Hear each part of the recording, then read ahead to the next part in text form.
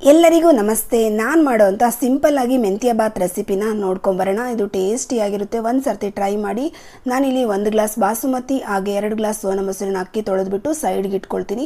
ಹಾಗೆ ಒಂದು ಮಿಕ್ಸಿ ಜಾರ್ಗೆ 1 ಹಿಡಿಯಷ್ಟು ಕಾಯಿ ತುರಿ, ಖಾರಕ್ಕೆ ಎಷ್ಟು ಬೇಕೋ ಅಷ್ಟು ಹಸಿಮೆಣಸಿನ್ಕಾಯಿ, ಹಾಗೆ ಪುದೀನ ಒಂದು ಸ್ವಲ್ಪ, ಹಾಗೆ 1 ಗಡ್ಡೆಯಷ್ಟು ಬೆಳ್ಳುಳ್ಳಿ, ಸ್ವಲ್ಪ ಕರಿಬೇವು, 2 ಟೊಮೊಟೊನ ಹಾಕ್ಕೊಂಡು ರುಬ್ಬಿಟ್ಟು ಇದನ್ನು ಕೂಡ ಸೈಡ್ಗೆ ಇಟ್ಕೊಳ್ತೀನಿ. ಈಗ ಒಂದು ಕುಕ್ಕರ್ ತೊಗೊಂಡು ಅದಕ್ಕೆ ಒಂದು 2 ರಿಂದ 3 ಸ್ಪೂನಷ್ಟು ಎಣ್ಣೆ, ಸಾಸಿವೆ, ಜೀರಿಗೆ ಸಿಡಿದಾದ್ಮೇಲೆ ಕಟ್ ಮಾಡಿರೋಂಥ ಈರುಳ್ಳಿ, ಕರಿಬೇವನ್ನ ಹಾಕ್ಕೊಂಡು ಇದು ಫ್ರೈ ಆದಮೇಲೆ ರುಬ್ಬಿರೋಂಥ ಮಸಾಲನ ಹಾಕಿ ಒಂದು 2 ರಿಂದ 3 ನಿಮಿಷ ಚೆನ್ನಾಗಿ ಫ್ರೈ ಆಗಬೇಕು.